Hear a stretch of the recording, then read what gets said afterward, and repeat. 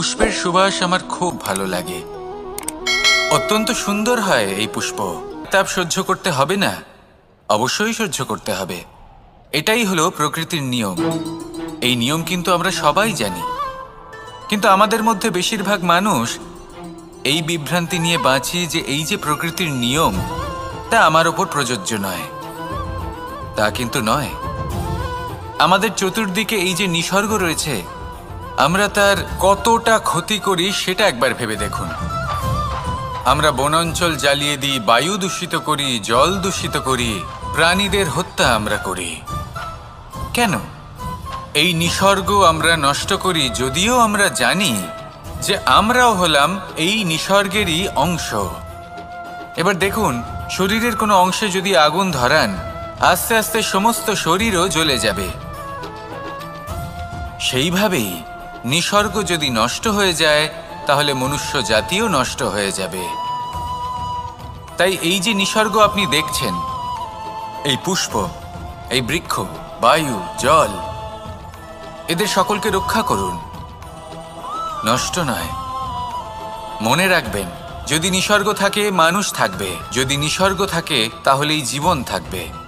আসুন আমার সাথে ভালোবেসে বলুন, রাধা রাধা। এই সংসারের সব থেকে বড় সুখ কি? কেউ বলবেন নিজের লক্ষ্য প্রাপ্ত করা, কেউ বলবেন ধন উপার্জন করা, কেউ বলবেন নিদ্রাই সব থেকে বড় সুখ, কেউ বলবেন রাজ্য লাভ করা, আবার কেউ বলবেন মাতার হাত থেকে খাবার খাওয়া, আদি ইত্যাদি। কিন্তু যদি সত্যি কথা বলি, এই সংসারের সব থেকে বড় সুখ হলো সেবা করা। কখনো কাউকে সেবা করে দেখুন। এই সেবা দ্বারা অন্য কোনো মানুষের আশীর্বাদ লাভ করাতেই সুখ রয়েছে। আপনার সেবা ভাব দ্বারা যখন কোনো মানুষ নিজের অন্তরাত্মা থেকে আপনাকে আশীর্বাদ করে, তার থেকে বড় সুখ আর কিছুই নেই। কারণ প্রত্যেক মানুষের মধ্যে ঈশ্বর বাস করেন। নরের সেবাই হলো নারায়ণের সেবা। নিষ্কাম সেবা করাই হলো সব থেকে বড় সুখ। তাই নিজের অন্তরে সেবার এই ভাব জাগ্রত করুন। যে সুখের কথা আমি বলছি, সেই সুখ অনুভব করেই দেখুন। এই মন সুপ্রসন্ন হয়ে বলবে, রাধা রাধা।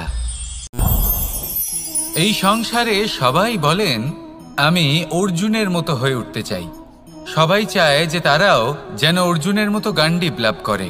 তারাও চায় যে তাদেরকেও মহাদেব এসে পশুপতি অস্ত্র দান করবেন। তারাও এটাই চায় মহাভারতের মতো মহাসংগ্রামে বিজয়ী হতে। কিন্তু সবাই ভুলে যান যে অর্জুন যা হতে পেরেছিলেন সবকিছুই অর্জন করেছিলেন।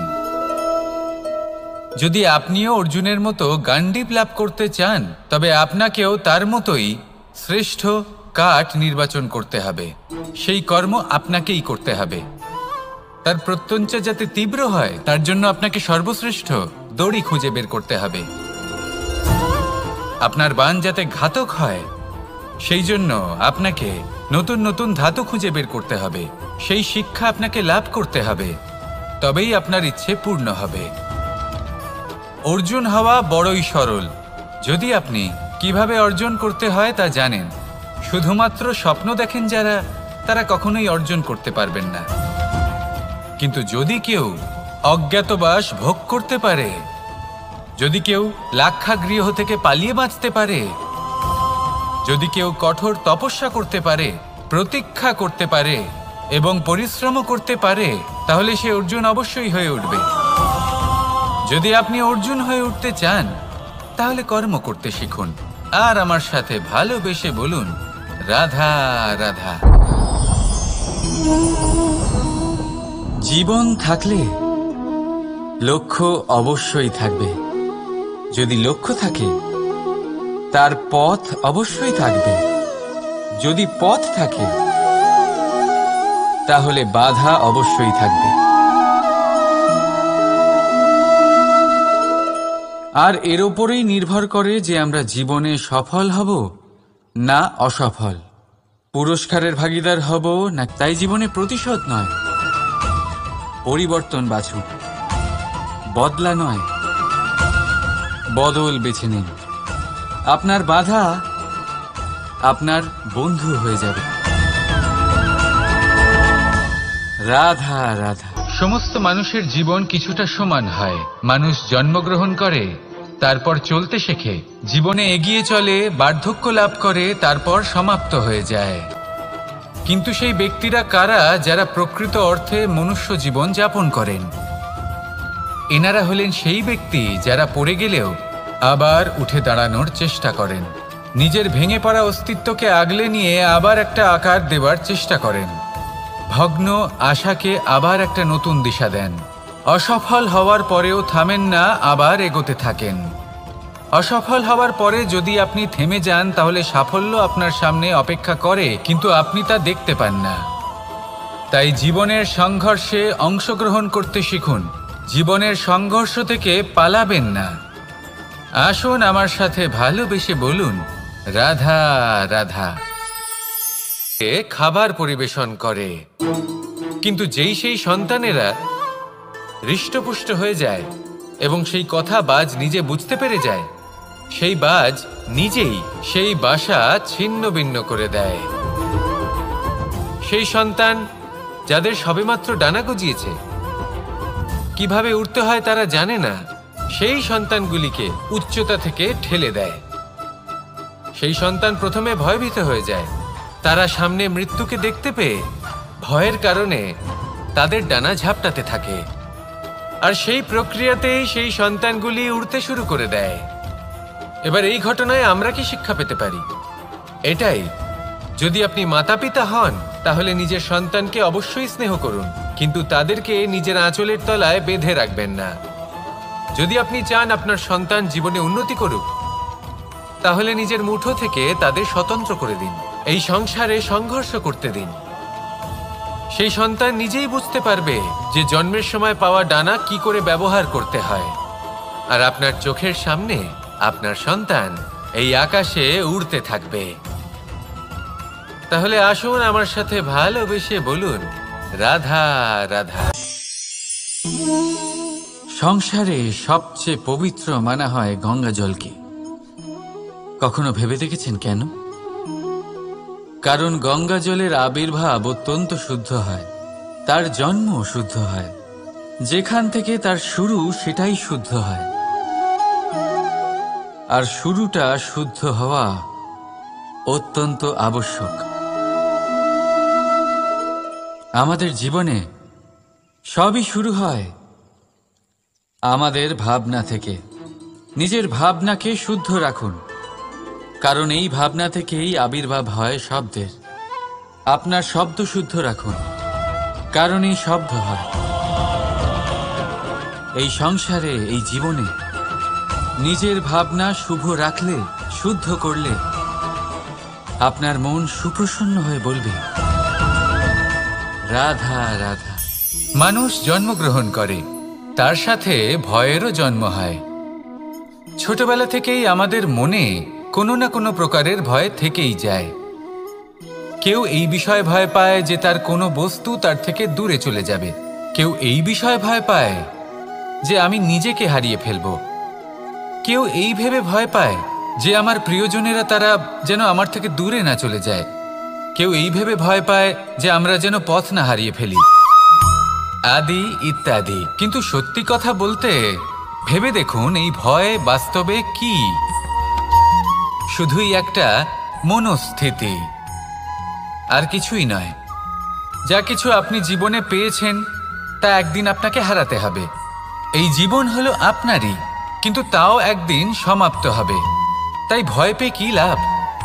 এই ভয় শুধু আপনাকে জীবন যাপন করা থেকে বাধা দিচ্ছে, আর কিচ্ছু নয়। পথ হারিয়ে ফেললেই বুঝতে পারবেন যে নতুন পথ কিভাবে বানাতে হয়। কিছু মানুষকে জীবন থেকে হারালে তবেই আপনি বুঝবেন যে আপনার আপনজনকে। এই ভয়ের কারণে ভীত হয়ে থাকবেন না। এই তারা নক্ষত্র অন্ধকারের অভাবে গুরুত্ব হারায়। শিবকেও মহাদেব হওয়ার জন্য বিষপান করতে হয়েছিল। প্রত্যেক পরিস্থিতি, প্রত্যেক সাফল্য আপনার পরীক্ষা নেবে। তাতে উত্তীর্ণ হওয়া হলো আপনার কর্ম। যখনই আপনি ভয় পাবেন বা সংকটের সম্মুখীন হবেন, তখন সাহসের সাথে তার সম্মুখীন হন। মনে রাখবেন, যে সম্মুখীন হতে জানে সাফল্য তার সাথে সব সময় থাকে। আসুন আর আমার সাথে ভালোবেসে বলুন, রাধা রাধা। আমাদের হাতটা দেখুন। এই হাতে 5টা আঙুল আছে, যা ভিন্ন ভিন্ন ধরনের। একরকম কেন নয়? কারণ হলো প্রত্যেকের নিজের নিজের গুরুত্ব আছে, নিজের বিভ্রান্তির সৃষ্টি করত। এবার এরকমই কিছু আমাদের সংসারেও হয়। আমাদের দেশ, যেখানে একটি ভূমির ওপর ভিন্ন ভিন্ন ধর্মের মানুষ বাস করেন, ভিন্ন ভিন্ন জাতি, ভিন্ন ধর্ম, ভিন্ন ভাষা। কিন্তু যদি আমরা এটা ভাবি যে কিভাবে এই দেশকে কল্যাণের পথে নিয়ে যাওয়া যায়, কিভাবে এর বিকাশ করা সম্ভব, তাহলে আমাদের একত্রিত হওয়া শিখতে হবে। যেইভাবে 5টা আঙুল একত্রিত হয়, মুষ্টিবদ্ধ হয়, সেইভাবেই আপনার যে ভাষাই হোক, যে ধর্মই হোক, যে জাতি হোক না কেন, ঠিক আছে, আবশ্যক হলো আপনার নিজের কর্মভূমির সাথে, আপনার ধরিত্রীর সাথে যুক্ত থাকা, সাথে থাকা। তবেই দেশের উন্নয়ন সম্ভব। তবেই এই দেশ স্বতন্ত্র থাকবে, সফল হবে, আর এই মন প্রসন্ন হয়ে বলবে, রাধা রাধা। শুধু এটুকু জানেন যে এই কাজটা করলে কত ধন অর্জন করবেন আর কত নাম হবে, আর ব্যাস সামনে এগিয়ে যান। এটা উচিত নয়। পূর্ণরূপে যে কোনো কাজ করার আগেই সেই কাজের বিশ্লেষণ করে নেওয়া উচিত, তা বুঝে নেওয়া উচিত, এবং সেই বিষয়ে অবশ্যই খেয়াল রাখা উচিত যে আপনার শরীর এবং আপনার মন এই কাজ করার জন্য কি প্রস্তুত রয়েছে। যদি তা না হয়, তাহলে প্রথমে নিজেকে শুধরে নিন, তারপরে সেই কাজ করুন। যদি এইভাবে জীবনে সামনে এগোন, তাহলে সাফল্যের সম্ভাবনা জীবনে অনেক বেশি বেড়ে যাবে। তাহলে এটাই করুন, আর আমার সাথে ভালোবেসে বলুন, রাধা রাধা। এই সংসারে সাফল্য লাভ করার জন্য জ্ঞানের প্রয়োজন হয়, পরিশ্রমের প্রয়োজন হয়, দৃঢ় নিষ্ঠার প্রয়োজন হয়, নিরন্তর চেষ্টা করা প্রয়োজনীয়। কিন্তু আরো কিছু আছে যা অত্যন্ত প্রয়োজনীয় এবং গুরুত্বপূর্ণ। তা হলো ভালো বন্ধু। তাদের থাকা অত্যন্ত প্রয়োজনীয়। যদি ভালো বন্ধু থাকে, তাহলে সময় এলে তারা ঢাল হয়ে আপনাকে সুরক্ষা করবেন। সময় এলে অস্ত্রের মতো শত্রুকে সংহারও করবেন। যদি তিনি জ্ঞানী হন, তাদের মধ্যে সদ্গুণ থাকে, তাহলে এই সব গুণ আপনার মধ্যেও প্রবেশ করবে। তাহলে সাফল্যের জন্য ভালো বন্ধু পাওয়া অত্যন্ত প্রয়োজনীয়। কিন্তু শুধু বন্ধু কেন, ভালো শত্রুও থাকা প্রয়োজনীয়। এবার আপনি ভাববেন, এ আমি কি বললাম? যদি আপনার জীবনেও ভালো অর্থাৎ শক্তিশালী শত্রু থাকে, তাহলে আপনিও শক্তিশালী হতে থাকবেন। এই শত্রু আপনাকে প্রেরিত করবে আরো বেশি শক্তিশালী হয়ে ওঠার। কখনো কোনো হরিণকে দেখুন, তীব্র গতিতে দৌড়তে থাকে। কেন তীব্র গতিতে দৌড়য়? এই কারণে নয় যে কোথাও তার জন্য মধুর ঘাস অপেক্ষা করে রয়েছে, না। সে এই কারণে তীব্র গতিতে দৌড়য় কারণ সেটা না করলে তার পেছনে একটি সিংহ আছে যে ওকে নিজের ভোজন করে ফেলবে। তাই জীবনে বিপদ, সংকট, এই সবকিছুও হলো অত্যন্ত গুরুত্বপূর্ণ। তার সম্মুখীন হতে শিখুন, আর আমার সাথে ভালোবেসে বলুন, রাধা রাধা রাধা।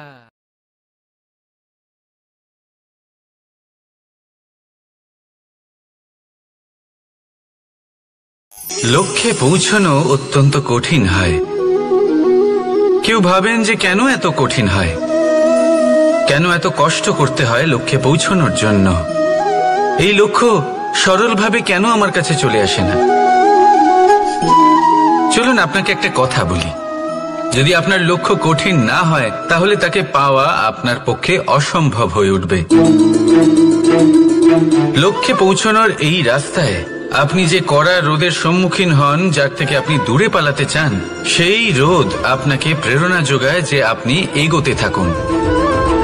ভাবুন, একজন যাত্রী যে কিনা নিজের লক্ষ্যের দিকে যাচ্ছেন, সেই পথে উনি যদি একটু ছায়া পেয়ে যান আর উনি ওখানে বিশ্রাম নেন, তাহলে তার সাথে তার ভাগ্য গভীর নিদ্রায় সেখানে বিলীন হয়ে যায়। তাই পরিশ্রমের কড়া রোদের থেকে কখনো দূরে পালাবেন না। জীবনে শুধু সামনে এগোতে থাকুন দৃঢ়তার সাথে।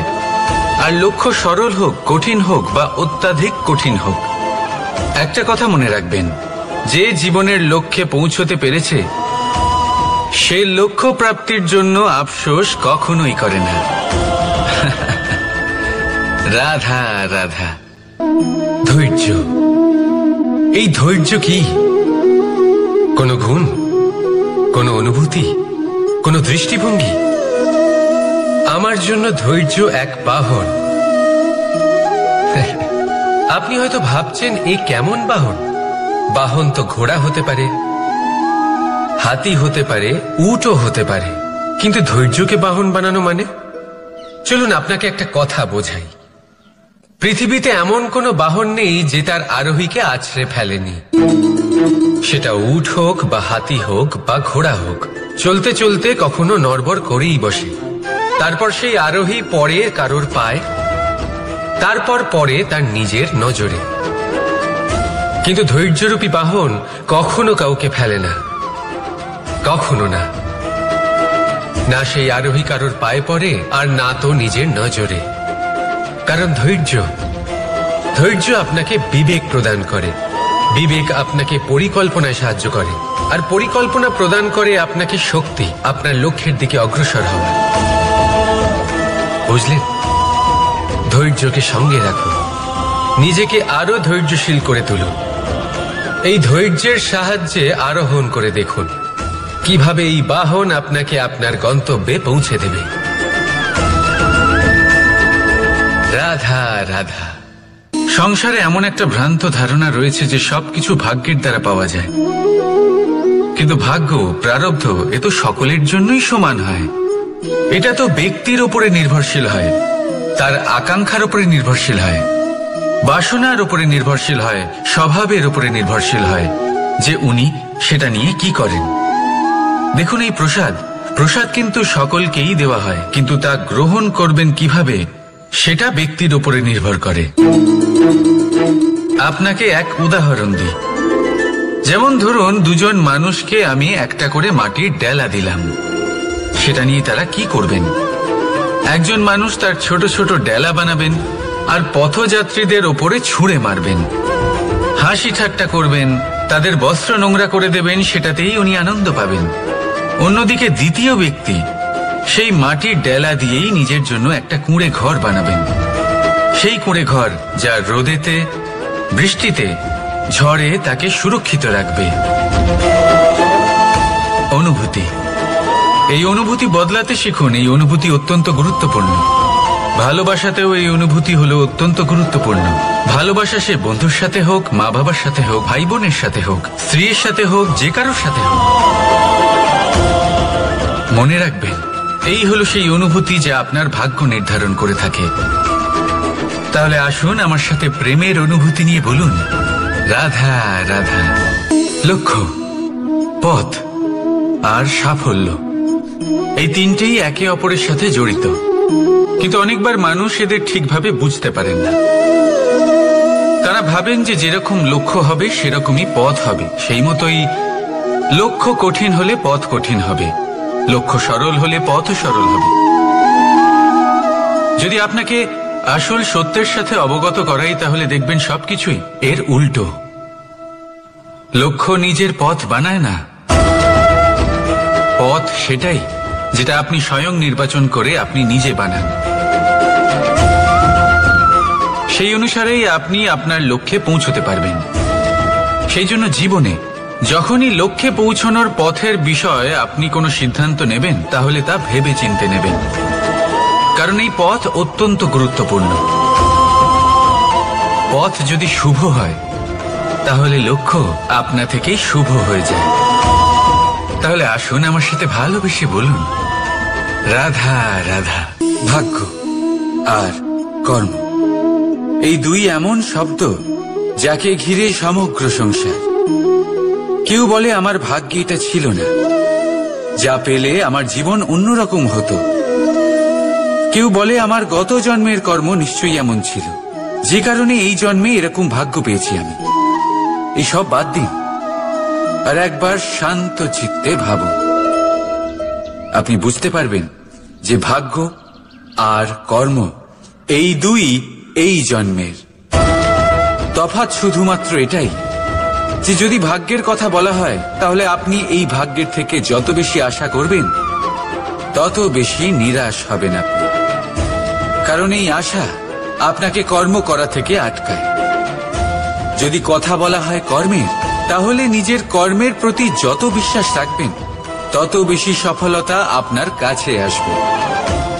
তাই একটা কথা মনে রাখবেন, ভাগ্য আপনার কর্ম নির্ধারণ করে না, কিন্তু আপনার কর্ম আপনার ভাগ্যকে অবশ্যই নির্ধারণ করে। রাধা রাধা নাম কত সাধারণ একটা বিষয়। প্রত্যেক মানুষ যে জন্ম নেয় তাকে একটা নাম দেওয়া হয়, যা সে পেয়ে থাকে তার মাতা পিতার দ্বারা, না হলে তার গুরুর দ্বারা, বা কোনো আত্মীয়ের দ্বারা, বা কোনো কাছের মানুষের দ্বারা। এই নামের সাথেই সে আস্তে আস্তে বেড়ে ওঠে। কিন্তু এটাই কি সেই নাম? এই নামই কি সবকিছু? কখনোই নয়। একটা নাম সেটা যা আপনি জন্মের সময় লাভ করেন, যে নামে আপনি কর্মের পথে অগ্রসর হন।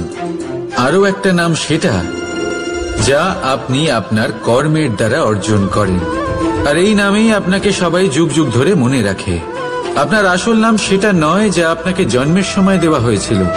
আপনার আসল নাম সেটা যেটা আপনি আপনার কর্ম দ্বারা লাভ করেছেন, কারণ সেই লাভের পেছনে প্রচুর প্রয়াস লুকিয়ে থাকে, অনেক পরিশ্রম লুকিয়ে থাকে। কিন্তু যদি আপনি চান যে মানুষ আপনার নাম মনে রাখে, তাহলে আপনাকে কর্মের পথে অগ্রসর হতেই হবে, শুভ কর্ম করতে হবে, অনর্গল চেষ্টা করে যেতে হবে, মহান কাজ করতে হবে। আর বিশ্বাস করুন, আপনি একটা মহান নামের ফল অবশ্যই লাভ করবেন। রাধা রাধা। আমি এখানে একা এই বনে, রাজকীয় বা ভৌতিক সুখ রয়েছে যে আমি ওখানে পেতে পারি না। সবকিছুই পেতে পারি, তাও এখানে বনে একা বসে আছি। কোন সুখ খুঁজে চলেছি? একা থাকার সুখ। আমরা প্রত্যেকদিন অনেক মানুষের সাথে, চিন্তাধারার সাথে, কর্মের সাথে, পরিস্থিতির সাথে, সুখ দুঃখের দ্বারা বেষ্টিত থাকি। জীবনের এই চক্রে আমরা জড়িয়ে পড়তে থাকি। যতই আমরা এই সমস্যার সমাধান করি, আমরা ততই এতে জড়িয়ে পড়ি। আমরা এতটাই জড়িয়ে পড়ি যে যখন আমরা আয়নায় নিজেদের দেখি, তখন আমরা নিজেদের চিনতেই পারি না। এমন মনে হয় যেন আমরা নিজেদের হারিয়ে ফেলেছি। সেই জন্য প্রত্যেক দিন আপনি কিছু সময় নিজের সাথে কাটান একান্তে। এটা অত্যন্ত আবশ্যক। নিজের অস্তিত্বের গভীরে গিয়ে দেখতে শিখুন, নিজেকে বুঝুন। অদ্ভুত শান্তির অনুভূতি হবে। যেমন এই বায়ু, এই বৃক্ষ, এই পুষ্প, এই নিসর্গ, এদের মতো আপনিও কখনো একলা হতে শিখুন। কখনো নিসর্গের একটা অংশ হয়ে দেখুন। এই মন প্রসন্ন হয়ে বলবে রাধা। একবার একটা শেয়াল অবশ্যই সহ্য করতে হবে। এটাই হলো প্রকৃতির নিয়ম। এই নিয়ম কিন্তু আমরা সবাই জানি, কিন্তু আমাদের মধ্যে বেশিরভাগ মানুষ এই বিভ্রান্তি নিয়ে বাঁচি যে এই যে প্রকৃতির নিয়ম, তা আমার ওপর প্রযোজ্য নয়। তা কিন্তু নয়। আমাদের চতুর্দিকে এই যে নিসর্গ রয়েছে, আমরা তার কতটা ক্ষতি করি সেটা একবার ভেবে দেখুন। আমরা বনাঞ্চল জ্বালিয়ে দিই, বায়ু দূষিত করি, জল দূষিত করি, প্রাণীদের হত্যা আমরা করি। কেন? এই নিসর্গ আমরা নষ্ট করি, যদিও আমরা জানি যে আমরাও হলাম এই নিসর্গেরই অংশ। এবার দেখুন, শরীরের কোনো অংশে যদি আগুন ধরান, আস্তে আস্তে সমস্ত শরীরও জ্বলে যাবে। সেইভাবেই নিসর্গ যদি নষ্ট হয়ে যায়, তাহলে মনুষ্য জাতিও নষ্ট হয়ে যাবে। তাই এই যে নিসর্গ আপনি দেখছেন, এই পুষ্প, এই বৃক্ষ, বায়ু, জল, এদের সকলকে রক্ষা করুন, নষ্ট নয়। মনে রাখবেন, যদি নিসর্গ থাকে মানুষ থাকবে, যদি নিসর্গ থাকে তাহলেই জীবন থাকবে। আসুন আমার সাথে ভালোবেসে বলুন রাধা রাধা। কারই না পছন্দ বলুন তো? অত্যন্ত সুস্বাদু হয় এই মধু, মিষ্টি খেতে হয় এবং তা শক্তিও প্রদান করে, এবং প্রত্যেকটি মিষ্টি পদার্থের মতোই এতেও খুব তাড়াতাড়ি পিঁপড়ে ধরে যায়। অন্যদিকে যদি নুনকে দেখি তাহলে বছরের পর বছর রাখলেও এতে পিঁপড়ে ধরে না। এবার যদি কথা বলি বন্ধুত্বের, তাহলে বন্ধুত্ব নুনের মতো হওয়া উচিত, মধুর মতো নয়। যারা সামনে এলে শুধুমাত্র মধুর মধুর কথা বলবে, পরে এতে পিঁপড়ে ধরে যাবে, এটা নুনের মতো হওয়া উচিত। প্রকৃত বন্ধু হলো সে যে সময় এলে পরে আপনার সামনে আপনার প্রকৃত সত্য তুলে ধরবে, তা সে যতই কঠিন হোক না কেন। আপনার দোষ, আপনার অপগুণ, আপনার খামতি আপনাকে বলতে পারবে, যাতে আপনি সেগুলো শুনে মেনে নিয়ে তারপর নিজেকে শুধরোতে পারেন। এটাই হলো প্রকৃত বন্ধুত্ব। কখনো নিজের জীবনের আশেপাশে মন দিয়ে দেখবেন, অনেক সময় এমন মানুষ থাকেন, অনেক বন্ধু থাকেন যাদের দেখে আমাদের মনে হয় যে এনারা খুব কঠোর, এনাদের কথা খুব কটু। কিন্তু বেশিরভাগ এমন মানুষের মনটা যদি বুঝতে পারেন, তাহলে দেখবেন তাতে কোনো মালিন্য নেই, এনাদের মন অত্যন্ত পবিত্র হয়। যদি আপনার জীবনেও এমন কোনো ব্যক্তি থেকে থাকে, এমন বন্ধু থাকে, তাহলে তাদের আগলে রাখুন আর আমার সাথে ভালোবেসে বলুন রাধা রাধা। যতক্ষণ আমরা এই সংসারে জীবিত, ততক্ষণ আমাদের সাথে সবকিছু থাকে, আমাদের ধন, সুখ স্বাচ্ছন্দ্য, আমাদের মিত্রগণ, আমাদের পরিবার, এই সমাজ, এই সবকিছু আমাদের সাথে থাকে। যেদিন আমরা এই সংসারকে ত্যাগ করব, এদের মধ্যে কেউ আমাদের সাথে যাবে না, না ধন, না স্বাচ্ছন্দ্য, না সম্পত্তি। এই সকল মানুষ, এই সমাজ, এরা শুধুমাত্রই শ্মশান পর্যন্ত আমাদের সাথে থাকতে পারবেন। তারপরে যদি আমাদের সাথে কিছু যেতে পারে, তাহলে তা শুধুই আমাদের ধর্ম। আর এই সংসারে আমরা নিজেদের যে সুনাম রেখে যাই, সেটা সম্ভব শুধুমাত্র কর্মের দ্বারা। সেই জন্য সংসারে যতদিন পর্যন্ত জীবিত আছেন, যদি কিছু অর্জন করতে চান, তাহলে ধর্ম অর্জন করুন, ধর্মের বিষয়ে স্পষ্টতা অর্জন করুন এবং কর্ম অর্জন করুন। এটাই হবে আপনার অতীত এবং এটাই হবে আপনার ভবিষ্যৎ, এবং এটাই সকলকে প্রেরণা প্রদান করবে। আসুন আমার সাথে ভালোবেসে বলুন রাধা রাধা। কোনো যাত্রায় যাব বলে মনে করি, তখনই আমরা প্রস্তুত থাকি আসন্ন বিপদের জন্য বা সংকটের জন্য। যেমন যদি আমাদের মনে হয় যে আজকের পরিবেশ খুব ঠান্ডা হবে, তাহলে আমরা গরম বস্ত্র ধারণ করি বা সেটাকে সাথে নিয়ে যাই।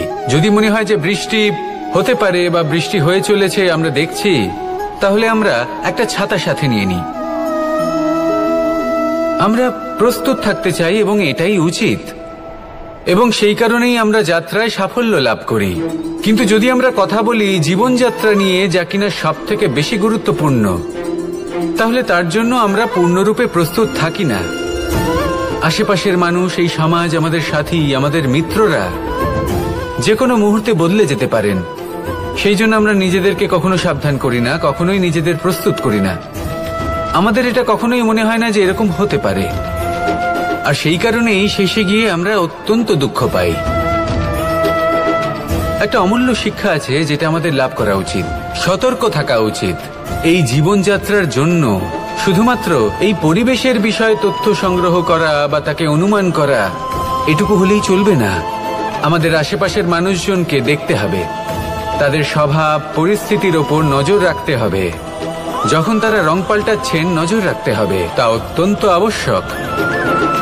পরিবর্তন আপনার জীবনে অবশ্যম্ভাবী, সঠিকভাবে তার সম্মুখীন হন। আসুন আমার সাথে ভালোবেসে। সহ্য করতে হবে না, অবশ্যই সহ্য করতে হবে, এটাই হলো প্রকৃতির নিয়ম। এই নিয়ম কিন্তু আমরা সবাই জানি, কিন্তু আমাদের মধ্যে বেশিরভাগ মানুষ এই বিভ্রান্তি নিয়ে বাঁচি যে এই যে প্রকৃতির নিয়ম, তা আমার ওপর প্রযোজ্য নয়। তা কিন্তু নয়।